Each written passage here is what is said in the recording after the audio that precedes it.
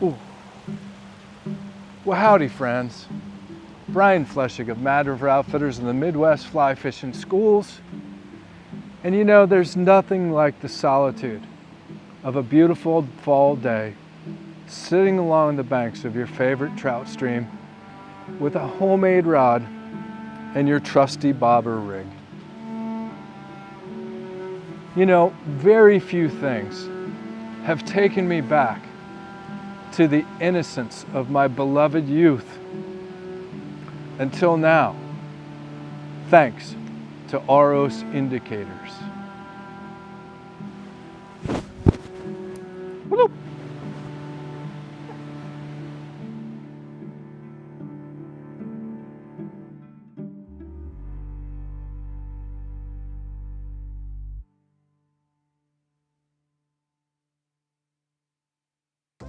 So friends, we've already told you all about the Oros indicators. I think it was almost 1 year ago today, this being fall of 2022. Basically 1 year ago today, Oros indicators, I believe through Mad River Outfitters, were introduced to the world, and they've really revolutionized. I mean, okay, it's an indicator, but it's really the smartest indicator that we've seen come down the pike. And we really are excited about the red and white color. Not only does it harken me back the days of my youth, as you've already seen, but it really is a functional color. I love the dual color and having the white with the red. You know, sometimes if you get into a high glare area, you can lose the white. So having that half red can make a difference, and vice versa. In some darker areas, that white might show up better. So the multicolor in the red and white is really functional, and it's become my go-to. I've had them in my hands for a couple of months now, and I've been using pretty much nothing but the red and white.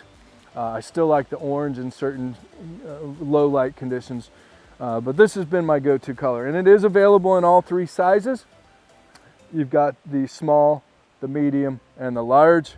And once again, these things couldn't be easier. They're in line, which means that the line goes right through the center of the indicator, which makes for much, much better casting, better presentation. And it's super, super easy. You just unscrew them.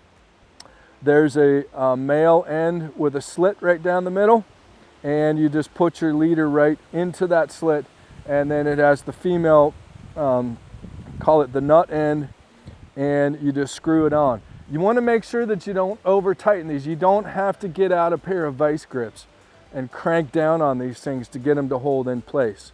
You know, they do a pretty good job without yanking on them. If you crank on them too much, you could loosen the foam from, call it the nut part of it. So you don't have to crank down on them too much. I really haven't had much problem with them sliding at all. Usually I have them on the butt section of my nymph leader, so there's always a knot there anyway if it does slide a little bit. But I just finger tightened it and didn't reef on it, and it's really not going to move. I've not had much problem with them. They float well.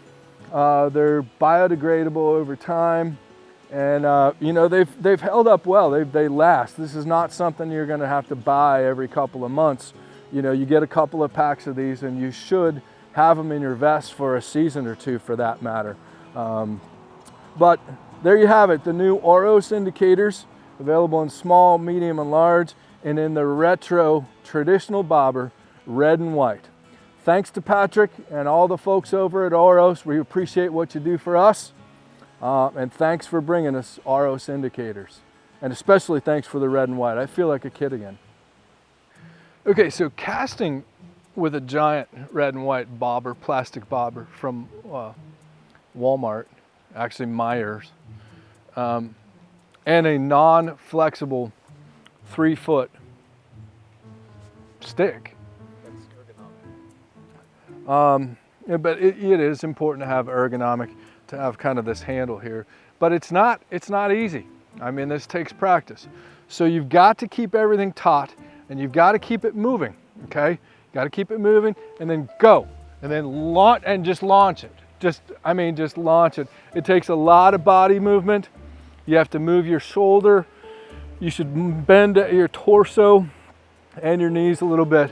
But I mean, it's not easy. It takes practice, but you just rip it. Just rip it and get it moved. Go, go, go. That's how it's done. It's like bobber.